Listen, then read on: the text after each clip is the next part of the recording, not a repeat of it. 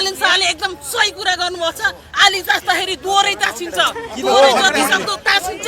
त्यो यताकाले ताली दुई हातले बज्छ, दुई हातले ताली बज्छ। दुई हातले तात्छ, ताली दुई हातले बज्छ, एक हातले बज्दैन। बालेन सरकार जिन्दाबाद जिन्दाबाद।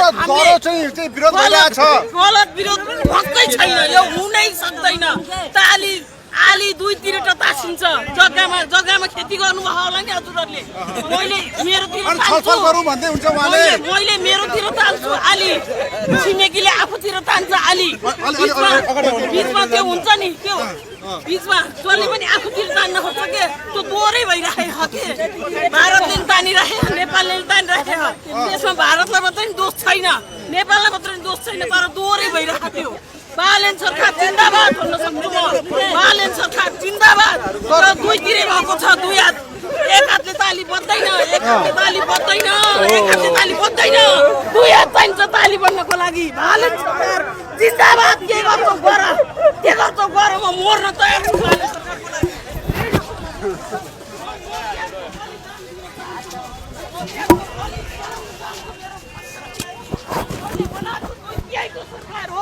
म मेरो ज्यान छिमेकीले उता तान्थ्यो आली।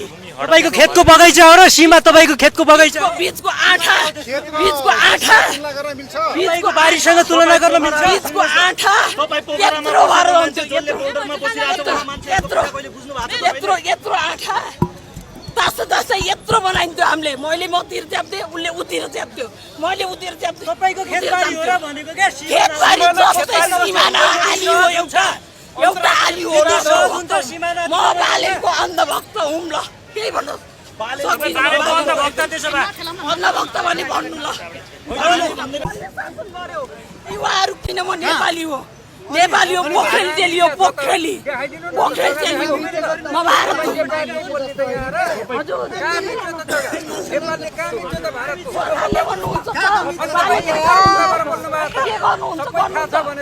के गर्नुहुन्छ गर्नुहुन्छ।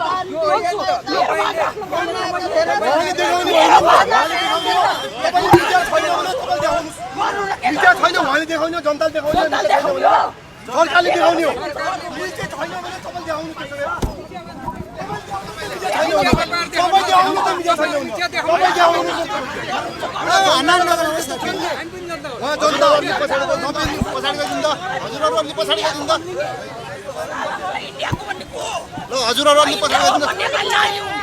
नेपाली एउटा साहसिलो महिला हुँ, एकदम भोलि प्रधानमन्त्री पनि हुन सक्छु म पनि। त्यति भएर हिम्मत गरेर हिँडेको मान्छे हो। भोलि केपी ओली राष्ट्रघाती नै हो। यो 35 वर्षसम्म यार भयो अब यार। देश स्वर्ग भएको हेर्न चाहिँ